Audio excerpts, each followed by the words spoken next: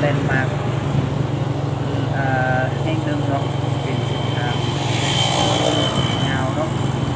ตัดผ่านใจกลาง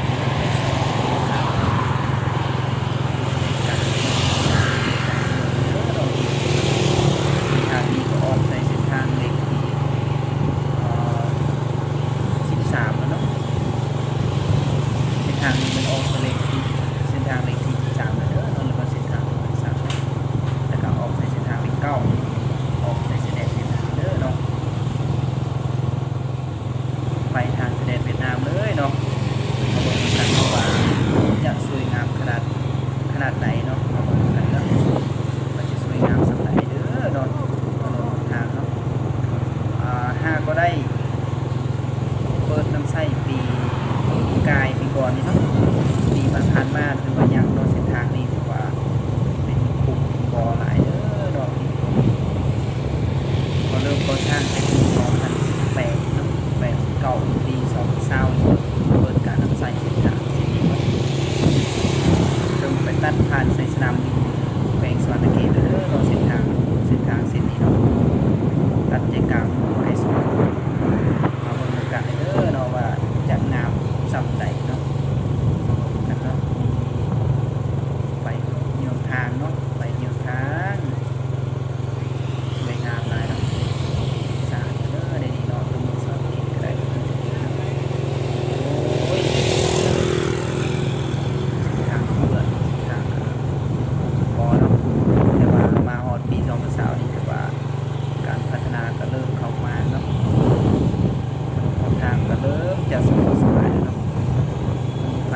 เขียวไฟแดงมีไฟอำนาจแต่ว่าเส้นนี้เจ้ายังไม่ทันได้ใส่เนาะไฟอำนาจมันไม่ได้ใส่เนาะไฟแดงครับแต่ว่าผู้เขาจะใส่บ่ได้เนาะเส้นทางนี้ก็เป็นเส้นทางที่ซื่อเนาะยาวก็งามหลายเด้อเนาะที่ของเนาะมาบอกกันยาวเลยเนาะพาไปหลอดตลาดเนาะพาไปหลอดตลาดเด้อเนาะไปตลาดหลักแปดไปหลอดตลาดหลักแปดเนาะซึ่งที่มาภายในตลาดเนาะนี่ก็เข้ามาหอดตลาดแล้วเนาะมาหอดตลาดเด้อเนาะทุกคนเนาะหอดตลาดแล้วไปซื้อเครื่องซื้อของเนาะนี่ก็มีซีนเนาะมีผักเนาะมีปลามีไก่เนาะมีปลาเนาะมีปลาลูกแล้วก็ปลานิลเด้อเนาะทุกคนเนาะมีหลายชนิดเนาะอันนี้คือเป็นมีซีนเนาะซีนปลาซีนเนาะมีหัวหมูทุกคนเนาะมีหัวหมูนี่เนาะหัวหมูต้มหัวหมูอะไรเนาะแล้วก็มีอาหารทะเลเนื้ออาหารทะเลก็มีกุ้งมีปลาหมึกเนาะมีหลายเด้อมีซีนหล่อสุผักหล่อสุผักก่อนเห็ดเนาะข้าวบอเห็ดเนาะซีเล่นเนาะออกมีวัดไปหาสองเห็ดแก่เยอะเนาะตลาดสดเริ่มกินเนาะตลาดสดเนาะตลาดแน่เนาะมีแต่ผักสดๆเนาะผักกระไดเนาะอาหารก็มีแต่อาหารสดเนาะอาหารแห้งเนาะเราเลยจะมีครัวแล้วก็ทำสลัดเนาะทานสีได้เนาะตลาดหลักแปดตลาดหลักแปดมักบวบแต่งเนาะมักปีโอ้นี่มีเห็ดนำมีเห็ดคอนเด้อนี่เนาะเห็ดคอนเนาะเอามาแกงเอามาออกกินโอ้ยแสบหลายเนาะแต่ว่าเห็ดปวกกับเห็ดละโงกเห็ดเด้อเราตีคน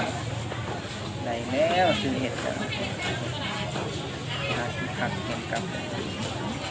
ซื้อผักโคตรไปทั้งคนเนาะคือภายในตลาดเด้อเนาะภายในตลาดหลักแปดตลาดสดเด้อที่คนตลาดสดเป็นมาหลอดตลาดสดกันเนาะมันเนาะไปหาซื้อผักกันนะผักติ๋วเลยจะเกิดได้ยังไงกับเสื้อเห็นคนงานไปนี่จะคืออะไปออกเอาแล้วหลานเก็บมาโน้ตเอามาดูมันนะเงินใช้เงินทำหลังเอาคือซิวุ้บใส่ท้องไหนเนี่ยปวกในระบบ นะมาตื่นตูมได้ทุกอย่างเด็ก